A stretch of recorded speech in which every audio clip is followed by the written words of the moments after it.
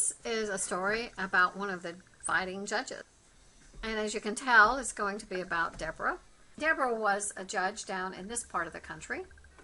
And people would come to her for her thoughts and input from God, since she was a prophet as well. Meanwhile, people were being harassed by the king of Hazor, which is up in this area north of the Sea of Galilee.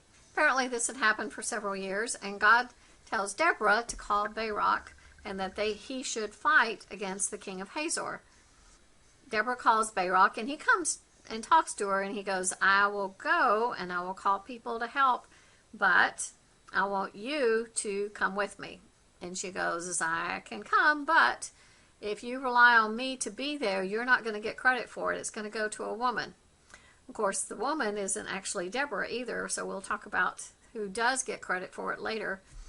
But Barak says, yep, that's fine. I don't want the credit for it. He didn't really say that in the Bible, but he goes, that's okay. I just want you there. So Deborah goes with Barak up to the Sea of Galilee, and they actually go to Mount Tabor.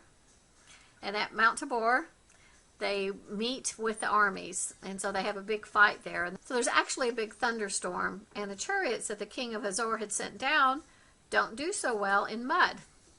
And so God had sent a thunderstorm and had basically bogged down the chariots, and they couldn't fight.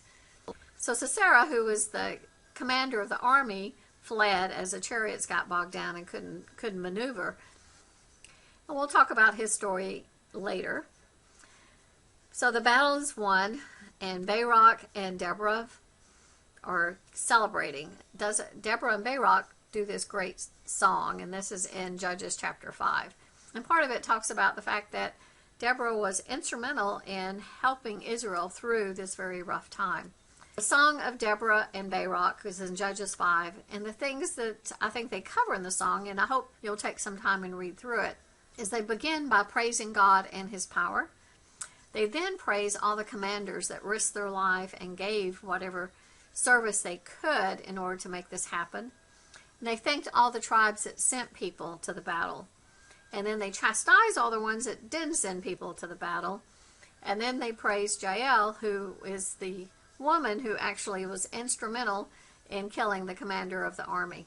So when you think of Deborah, I think of someone who was probably one of the first multitaskers.